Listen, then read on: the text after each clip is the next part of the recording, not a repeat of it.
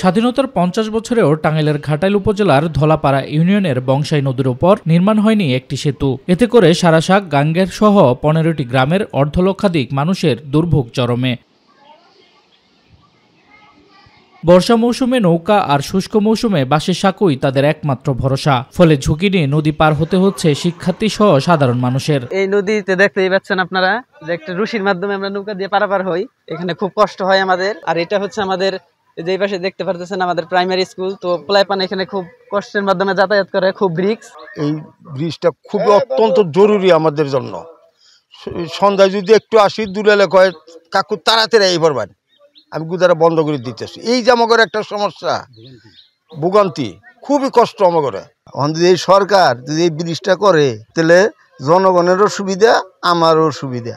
স্থানীয়রা জানায় প্রতিদিন গ্রামের অন্তত ১০,০০০ মানুষ নৌকা দিয়ে নদী পারাপার হয়। বিকল্প ব্যবস্থা না থাকায় ফসল পরিবহন সহ উপজেলা সদরে যেতে এই নদী পার হতে হয়। শুধু আশ্বাস নয়, বংশাই নদীর উপর দ্রুত একটি সেতু নির্মাণের দাবি এলাকাবাসীর। ২ ইউনিয়নের সংযোগস্থল হলো এই গাঙ্গার সরাসাক ব্রিজ। এই ব্রিজটা আমাদেরকে করে দেয়, এটাই আমাদের আপনাদের মাধ্যমে এটাই আমাদের দাবি। ১০-১৫টা গ্রাম এই পাশ থেকে ও পাশে যায় কালিহাতি যাইতে বা ও পাশ থেকে ঘাটাল যেতে আমাদের অনেক কষ্ট হয়। দয়া করে আমরা বর্তমান সরকারের কাছে এই ব্রিজটার দাবি জানাই। এই ব্রিজটা আমাদের খুবই প্রয়োজন।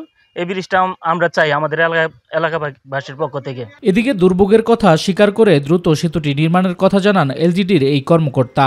অনূর্ধ্ব ১০০ মিটার প্রকল্পে একটা প্রকল্পে আমরা অলরেডি এটা প্রস্তাব দিচ্ছি। আমরা যথারীতি ব্রিজ প্রস্তুতি নিমিত্তে যে অ্যাপ্রাইজাল ফরম্যাট কিংবা অন্যান্য তথ্যাদি সংগ্রহ করে ঢাকা সদর দপ্তরে প্রেরণ করছি।